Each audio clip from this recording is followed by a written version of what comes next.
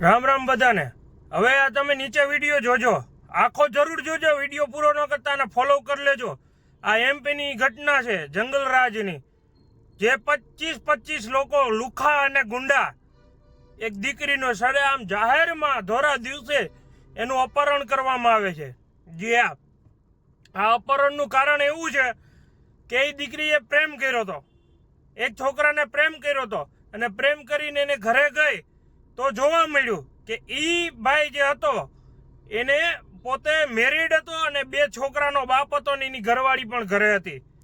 તો આ ઈ દીકરીને ખબર પડતા ત્યાંથી ધોકો આપ્યો એવો સમજીને પાછો ત્યાંથી ઘરે વહી ગયેલી।